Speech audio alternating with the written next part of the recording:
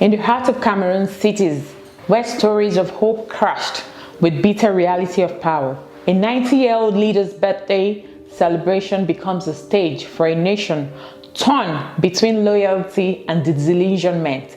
As they're about to cut his birthday cake, a big question hangs in the air. Did Cameroon become better or worse in 4 decades of leadership?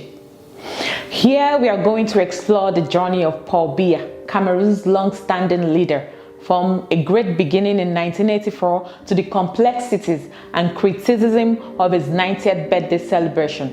His lovable audience also raised questions about his leadership. They said, "Did you destroy the nation? Our economic situation got better. How has it been possible under your leadership over the past 4 decades?" People thought that at the age of 90, Biya should be spending time with his grandkids and not facing big problems in the country.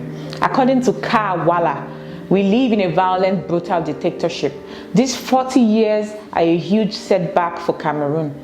Cameroon is a country in Central Africa, officially known as the Republic of Cameroon, with its capital Yaoundé in the south-central part of the country. So that's our brief introduction for today as we delve deep into the journey of desire for power, the Game of Thrones, and the reality of Cameroon's presidency.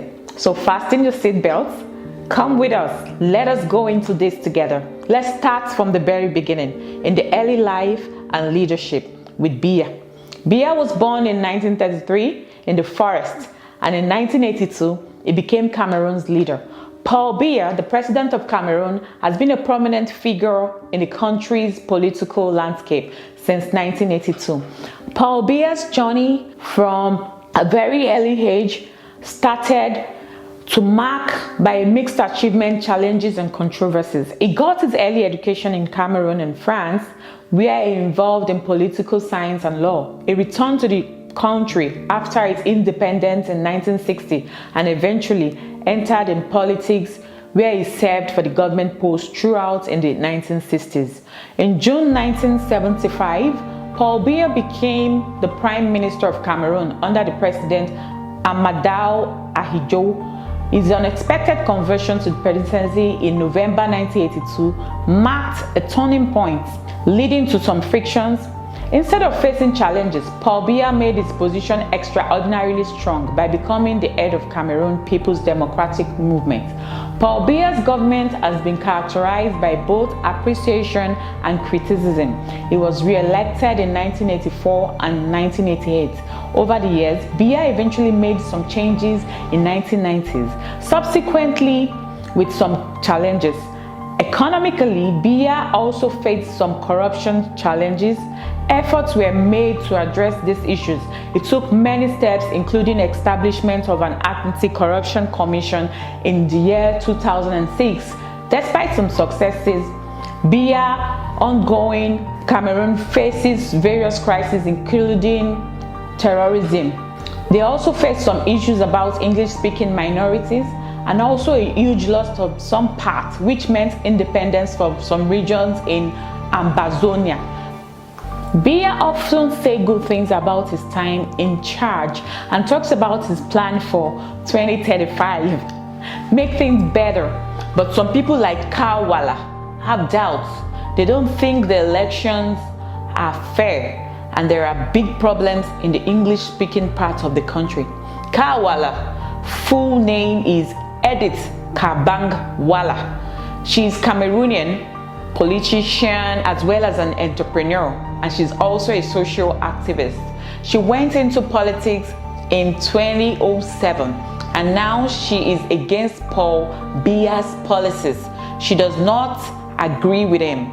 On the other side, people who support Biya like Elvis Ngole. Ngole say good things. He says good things about him. They like that he is open, tolerant, and they believe he's wise because he's old. He's experienced. Ngole thinks that getting older makes you wiser, but not everyone agrees with that idea. Journalist Paul Chauta, who often says critical things, talks about his scary situation. He's being hurt and treated badly because of what he says. Chauta is not alone. there are more reporters like him, taking big risk to speak out. The call for things to be different goes beyond just reporting. Even a taxi driver, Kwam shares his unhappiness carefully, afraid of what might happen. Many people feel the same as Chauta, and some have even died trying to tell the truth. The United Nations says it's not okay to attack journalists and insists that things need to change urgently.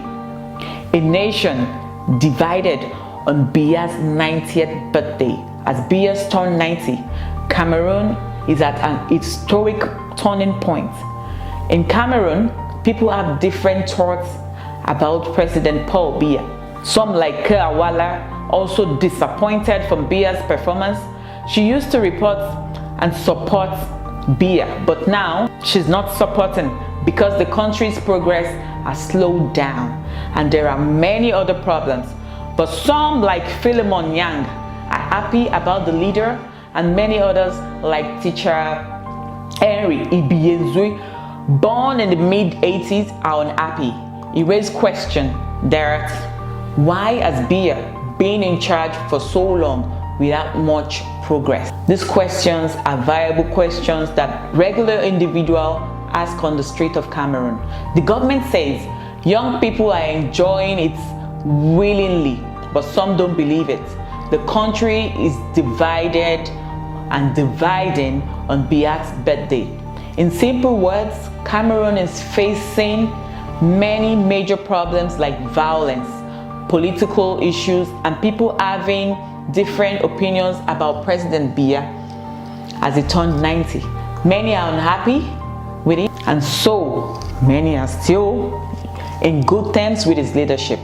Facing the future, Biya has been running the country since 1982, and in 2008 he changed many rules in his leadership. Now once again, people are talking about him because he's going for another term in 2025, and he's going to be 95 by the end of 2030. Violet Fokum, who runs the Center of Human Rights and Democracy, says Biya didn't do enough about corruption and the crisis. He did nothing for his country. Fokum said the lack of action has led to most adverse effects. She points out that kids are leaving school because of bad situation. Biya is the oldest leader and Africa's second serving president. Some people think he did well, but others say it's time for a change so Cameroon can move forward. As Paul Biya is the oldest leader in Africa and the continent's second longest serving president, so many acknowledge his achievements, but others argue that it is time for a change. To propel Cameroon forward, a youth in substantial number in Cameroon's population, the youth play a large pivotal role in the nation's success.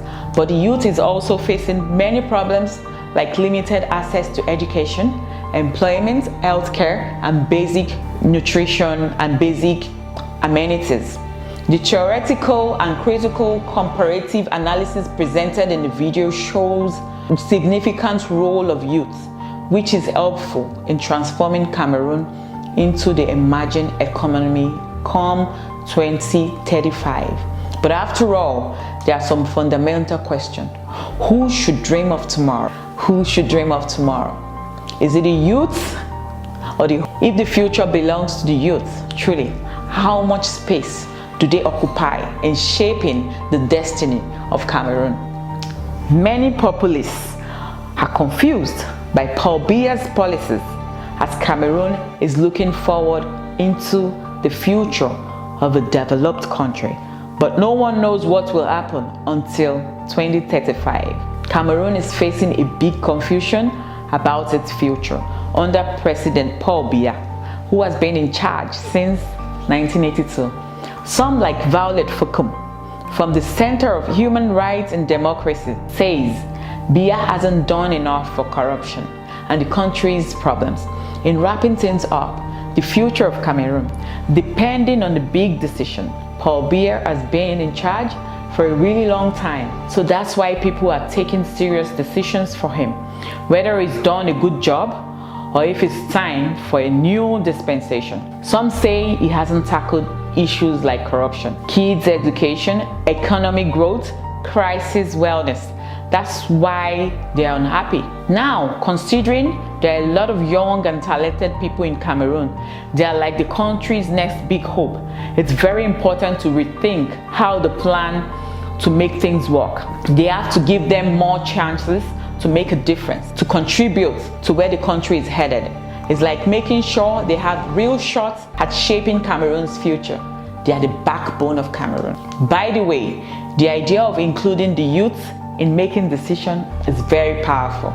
It's like understanding their unique needs, figuring things out, where to invest and how to help and how to grow. They can even help each other out because they get to know how it feels to be in each other's shoes. So the government needs to step up. They have to support young people, letting them be real part of the plan for 2035. Education, they say, is key.